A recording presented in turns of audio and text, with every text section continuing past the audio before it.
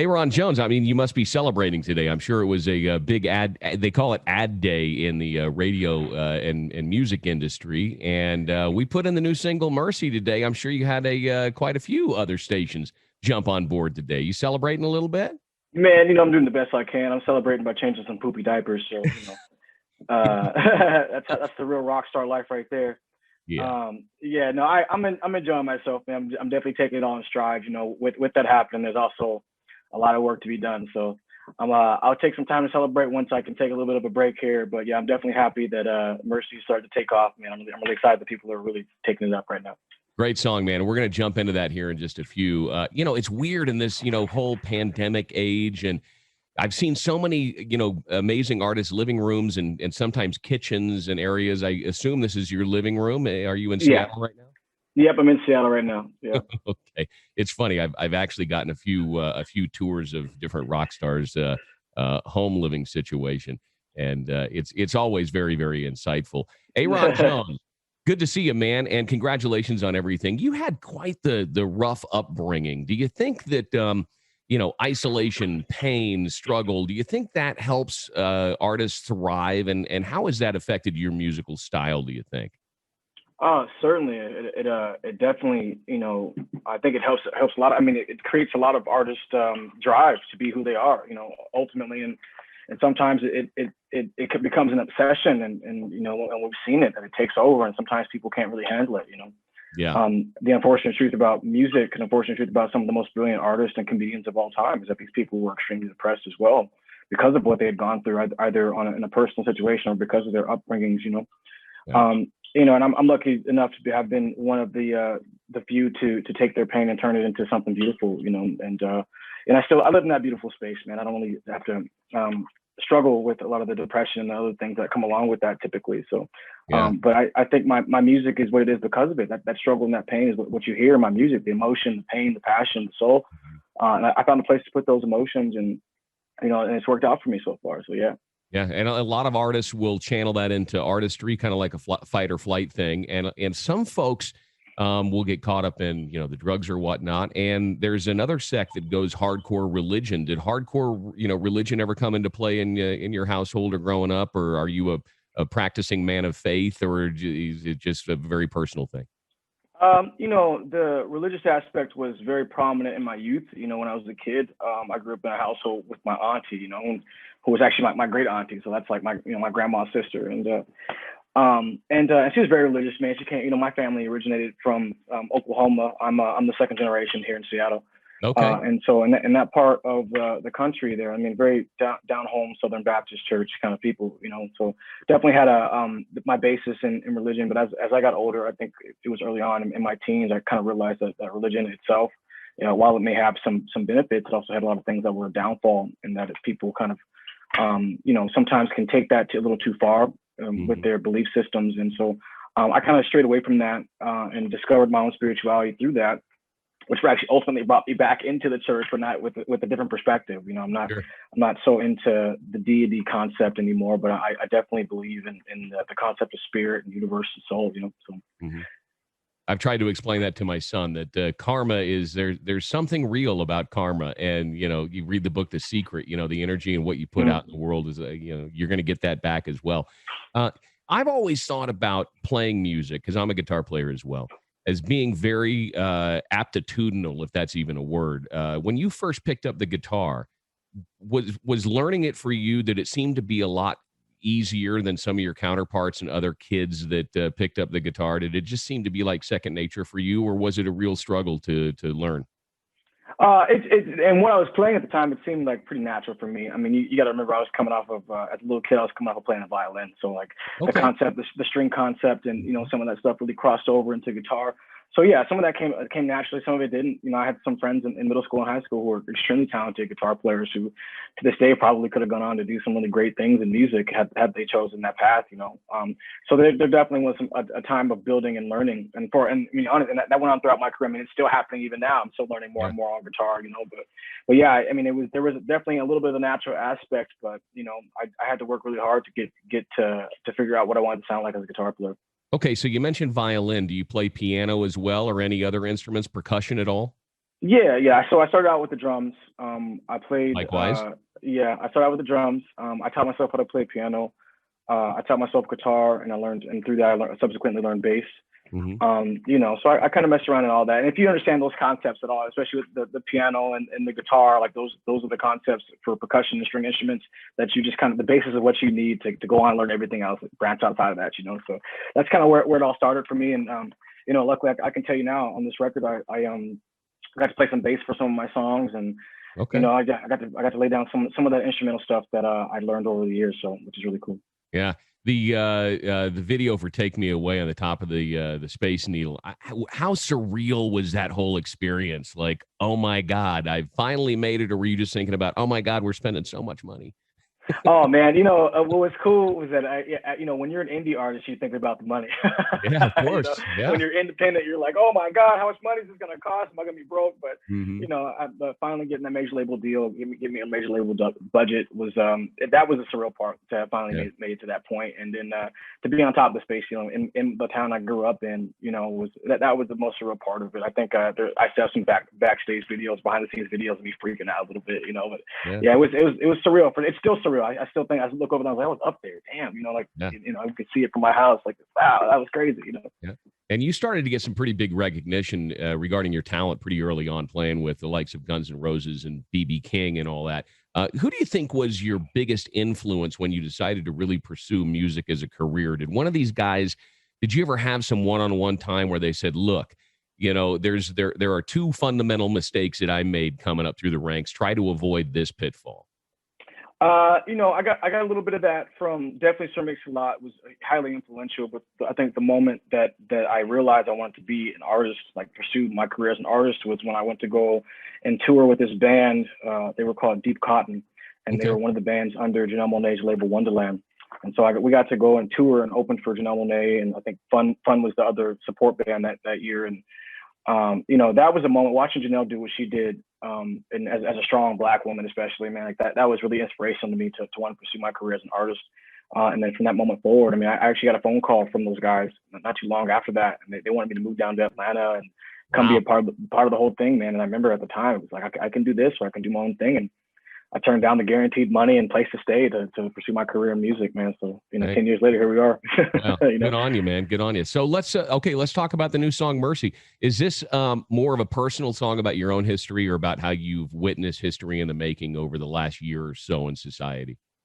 This is definitely more my perspective of witnessing history in the last year or so in society, and a little bit of, it ties into my personal history of what I've faced as a person of color in this country as well. But it really, I wanted to highlight what everyone was going through, to kind of just like take an outside perspective and not just say, hey, this is my perspective as a Black person. This is my perspective, sure, as a Black person, but it encompasses my perspective as an American in this soup of culture that we have. And so I expect, we saw a lot of extremes happen from the weather to the discourse to all these things. I knew that if you were on the outside looking into America right now, especially from the world stage, if you're looking outside in America, like wondering what's going on. And I thought that Mercy was going to be the kind of song that gave you that perspective, that let you know like how we were all feeling. Because, I think a lot of times what happens is the representatives of our country speak out for us, but that doesn't always encompass the voice of the people, And I think the voice of the people is oftentimes very different, where, the media will kind of grab at the extremes. They'll say we'll get this person for an interview, we'll get this person. These people are on the phrase. And it's not really getting the people that are all in the middle here. I think if you're one of those people in the middle watching this all go on, that's what you were praying for, was just a little bit of mercy, You just wanted to feel like understood and heard. Yeah, the last year has kind of been almost information overload, I think, for a lot of America, and misinformation overload in a lot of regards. Okay, switching subjects. I'm a bit of a gearhead, and I'm sure a lot of folks watching this are a bit of a gearhead. And you have a very interesting, unique guitar playing style. I've noticed a lot of downward picking, but tell me about your gear a little bit. Are you a Strat player exclusively, or do you use different guitars for different songs that we might not see in a video? I use different guitars for different songs, man. I'm definitely a tonal person. Like I definitely, if there's not a particular Strat I can grab, Strat's the first instrument I'm going to go to. Yeah. Simply because that's what I grew up with. I was a Squire Affinity kid, man. Like with that Strat pack, and on Christmas I freaked out. I saw the Squire with the little the solid state champ, and I just freaked out. So I've been a Strat kid my whole life. But I also recognize that when you're painting a picture, an audible picture, a sonic picture, you got to grab a different paints. And so I tend to go grab whatever I can to really bring the point across in the music, you know. What's your most unique piece of gear, would you say? Unique piece of gear. The most unique piece of gear I have is this custom Strat build from this cat named Lynn Ellsworth out in Spokane. He built a guitar and given it to me. It's like a flame maple Strat setup, man. It's a really cool. That's probably my most unique setup. Also, I have a boutique amp from I don't know if you know about Dr. Z amps. Yeah, so I have a Dr. Z Mass Senior, which is this 38 watt 212 amp with the Bluebell Celestion. And what's the other one? Yeah, Bluebell, and then the Celestion. Yeah. So my first amp ever was a Roland JC120. If you've ever heard of JC120, that was a great amp. I couldn't get the right Metallica sound out of that JC120, and like a schmuck, I think I traded it in for like a PV half stack or some piece of crap back in the day. But I regret that move forever. Okay, so that leads me into before this custom amp, were you a Marshall purist or a Mesa Boogie? Or I mean, you have such a raw sound. And what does your outboard gear look like regard to, you know, pedals and effects and stuff? Sure, yeah. I was never a big Marshall guy because I couldn't afford it.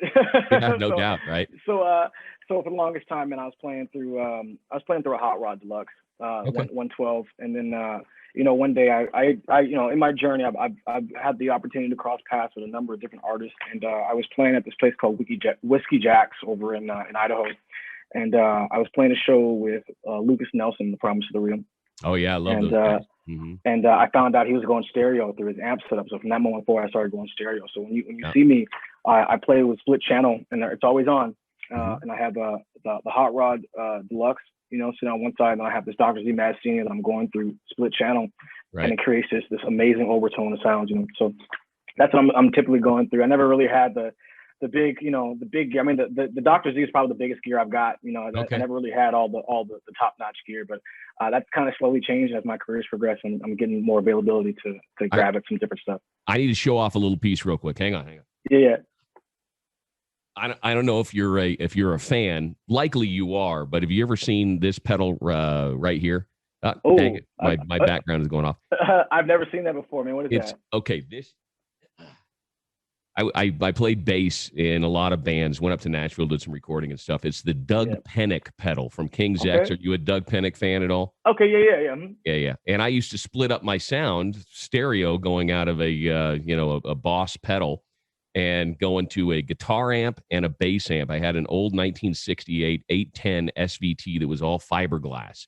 So I was able to get these crisp sounds out of the guitar amp with the four Celestians, and then this big oomph with the amp. Anyways, we're getting too far down that road. No, that sounds dope. I love it. I'm just like, yes, more. Yeah.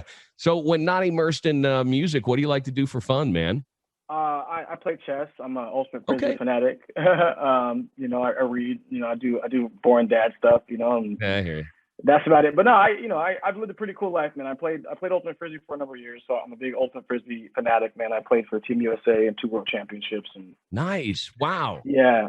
So that's what I did before. I just posted a video on Instagram talking about being the quarrels of being an alternative black kid, you know.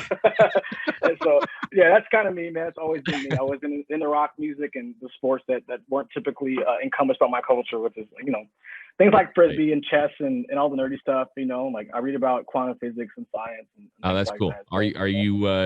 Did you dive into the whole cryptocurrency market with Elon Musk putting 1.6 in Dogecoin or Bitcoin or one of these things? You know, man, I was telling my wife, I had, you know, just dabbling into the market. I invested $25 about 2-3 months ago. And now it's $60. So I'm very happy. That's great, man. Hey, look, I know you've got other stuff to do this afternoon. I wanted to say appreciate your time and congratulations on everything. I can't wait to see you live. You know, eventually we'll get back into the live music setting. And you being such an advocate for what's going on in the Puget Sound, I wanted to see if we could throw out a shout out to what artists aside from you are you most excited about and should a music lover go and check out from the Puget Sound. And I'm going to throw one guy out, and that's Noah Gunderson, who I'm just a huge fan of, but a lot of people don't know who he is. But who would you say is an artist that maybe I can go and explore sometime this weekend when I'm farting around on YouTube? let me see. I'll try to name my top 5 here, and let's Okay. see. Number 1, I would say go check out the Black Tones, which is a brother and sister twin duo from Seattle. They're a rocking band. I'd say go check out. There's a lady out of Spokane. Her name is Vanna O, an incredible rock guitar player. She's wonderful, Vanna O. Go check out the Hollers, which is a kind of an alt rock punk band here in Seattle. And I would say go check out a band called Gypsy Temple, which is another black rock group here in Seattle. Gypsy Temple? Gypsy Temple. Oh, not Gypsy. I'm sorry. They're called King Youngblood now. They had a name change. King Youngblood. Yes. Okay. Go check out King Youngblood.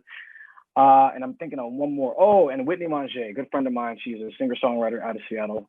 And yeah, I'd say go check out those five cats, man. That'll give you a good insight on what's going on here in Seattle. And there's so much more. I could go down a whole big list of it, but I'd say check out those top 5 artists for sure. Cool, man. Well, if you don't end up down here in Reno doing a show soon, maybe a guy can make a trip up to Seattle. And I'll be here, man. As long as things are closed, I'm gonna be sitting right here in my living room, man. All right, brother. Much love. Thanks again for the time, Ayron Jones. Thanks for having me, man. You take care now. All right, see ya.